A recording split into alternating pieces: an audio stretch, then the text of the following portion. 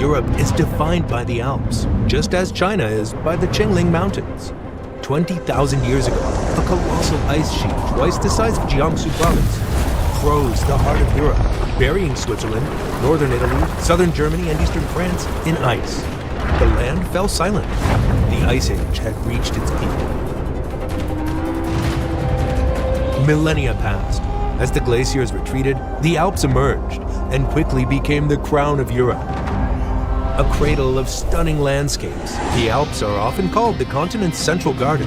They nourished early civilizations and helped shape the course of European history. Today, to truly grasp Europe's geography, we must begin with the Alps. Together with BYD, let's journey into the heart of the Alps.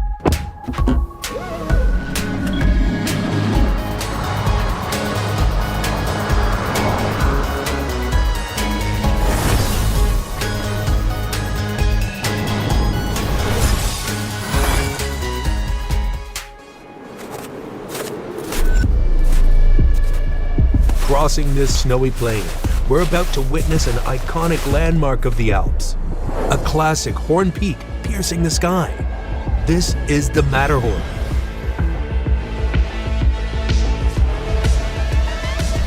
Now, let me take you on a climb so you can see just how steep it truly is.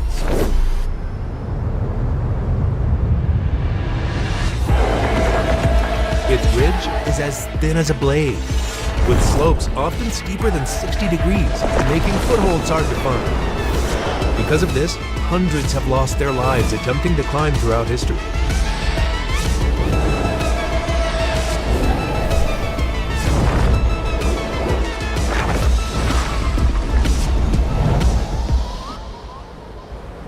What force could have carved the mountain into such a fierce form? We'll come back to that later. First, let's look at its height. 4,478 meters. While the Alps are not as tall as the peaks of the Qinghai Tibet Plateau, which often exceed 7,000 or 8,000 meters, yet here we are already in a kingdom of ice and snow. Its glaciers stretched down to elevations below 3,000 meters. The Alps are a natural cradle of ice and snow, fed by moist air from the North Atlantic Current, blessed with abundant snowfall. Even more surprising, they sit at a latitude similar to Heilongjiang in China. Summers here are cool, and much of the snow never melts.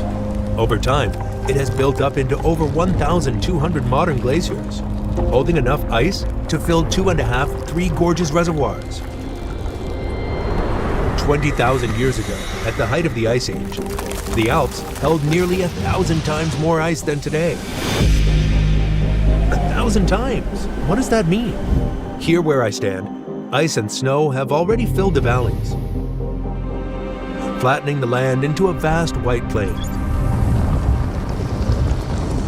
20,000 years ago, at the peak of the Ice Age, looking into the distance, far beyond the horizon, almost every mountain, almost every valley was buried under ice and snow.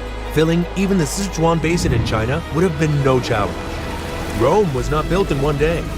This great glaciation began 115,000 years ago, triggered by subtle cyclical changes in Earth's orbit.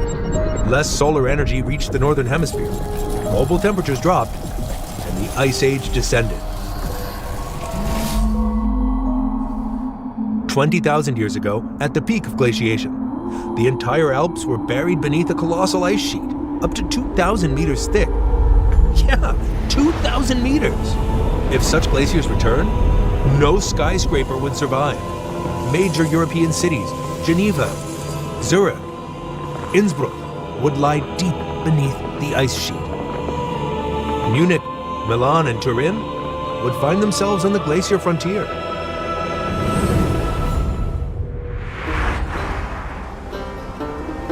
Hi, BYD. What's up? Open the sunshade. The blind is open. Early humans were forced to abandon the Alps.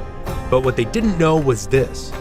The glaciers were not only destroying, they were reshaping the land, quietly preparing a new home for their return.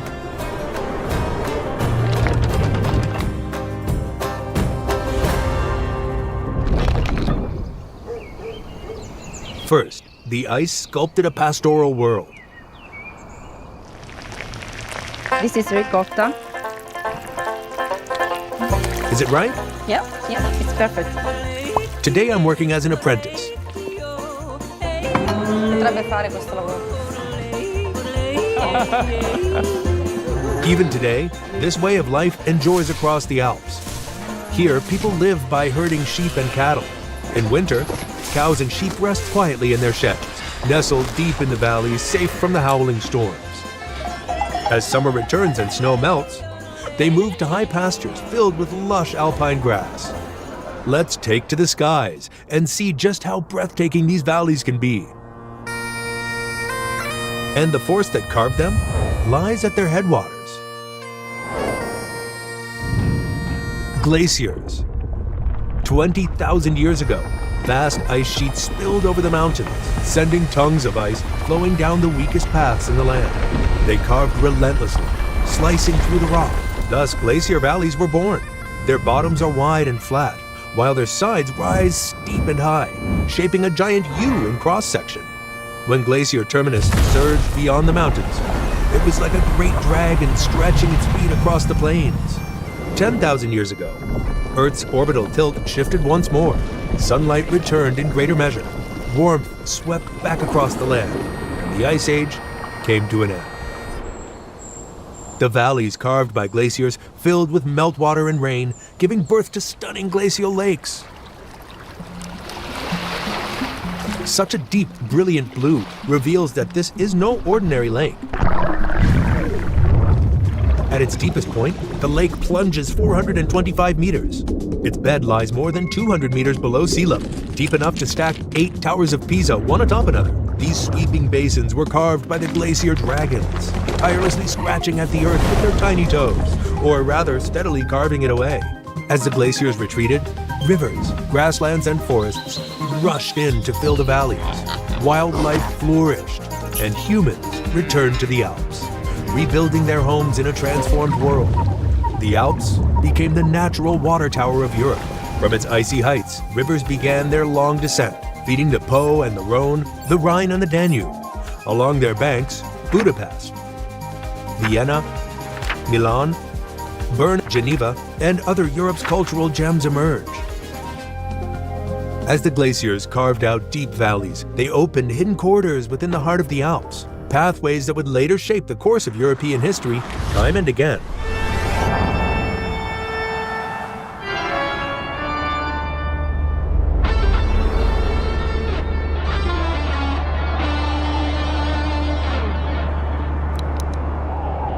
Here lies one such mountain pass.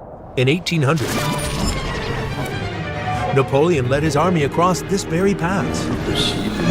Napoleon emerged unexpectedly behind enemy lines, rewriting the fate of nations. Moreover, renowned Carthaginian General Hannibal and Roman Governor Caesar, among others, utilized glacial valleys to cross the Alps, igniting the defining highlights of their lives.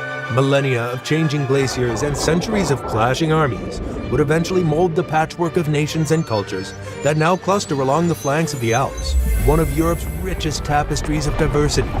Moreover, during the Ice Age, mighty glaciers tore into the mountains from every direction, forging thousands of peaks, each with a face of its own, even including jagged horn peaks like the Matterhorn. By the 19th century, Europe's adventurers answered the call of the mountains. The Alps became a natural, all-around training ground for mountaineering. In the early 20th century, the first Winter Olympics were staged upon these slopes. Today, the Alps have become Europe's alpine garden, an outdoor paradise.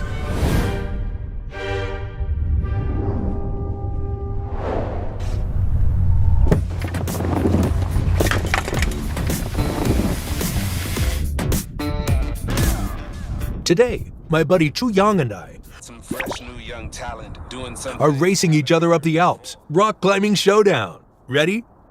3, 2, 1, go!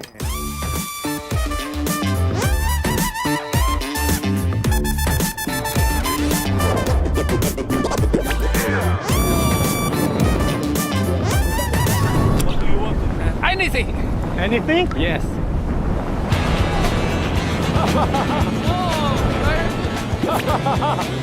For everyday adventurers, the Alps are a gentle embrace. No thin air to steal your breath. No harsh altitudes to weigh you down. Railways, lodges, and cable cars carry travelers straight to the snowy heights. This is the most welcoming high mountain zone on Earth.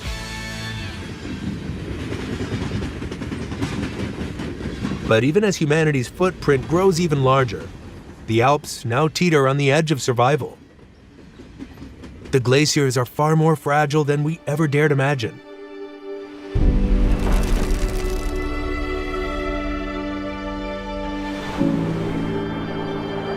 Can you imagine the Alps without glaciers? In recent years, the snow beneath the Matterhorn melts completely each summer. Yet just a century ago, a massive glacier still flowed here, unmelted year-round. Now, scientists warn that with global warming, the Alps could lose half of their glaciers by 2050, and nearly all by the end of the century. These glaciers once ruled the Alps during the Ice Age, 100, even 1,000 times their current scale. They carved through the mountains, leaving behind a kingdom of towering peaks.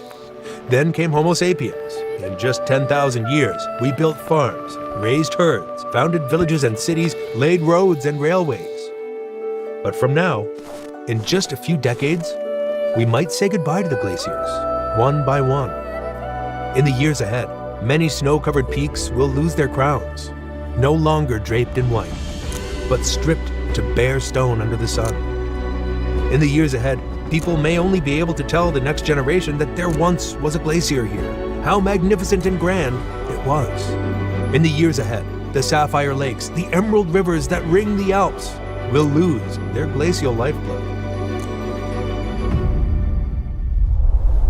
For the Alps, it is only another transformation. They have witnessed countless shifts between ice and warmth. They remain indifferent to global warming. But for us, there is no stepping aside. The loss of glaciers is not just the fading of a landscape. It means more droughts, more sudden floods, and a future full of unknowns. This is a global upheaval we must all face. And yet, there is hope. In the Alps, people are already taking action. Low-carbon living is becoming a shared vision. More nations, more companies are joining the cause, harnessing science and technology to reshape how we move, how we power our lives. And if the choices of 8 billion people converge, we may yet hold the power to reshape the future, to preserve the Ice Age's gifts in the Alps, so they remain forever majestic, forever radiant.